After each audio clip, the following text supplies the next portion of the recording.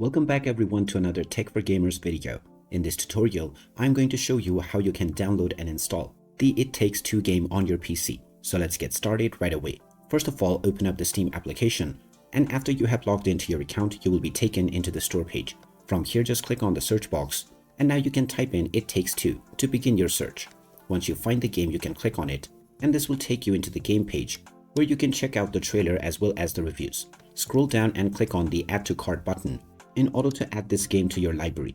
You can then click on View My Cart to continue towards your payment. You can now use your Steam Wallet balance or any one of the payment methods from the drop-down menu. Then just fill up your credentials, followed by your billing information.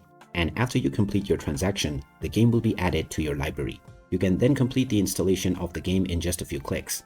And once it is done, you may start enjoying the It Takes Two game on your PC. So there you have it. That is how easy it is to download and install It Takes Two on your device. If you find this video helpful, don't forget to hit that like button and subscribe to our channel for more useful tips and tutorials. Thanks for watching, and I will see you again in the next one.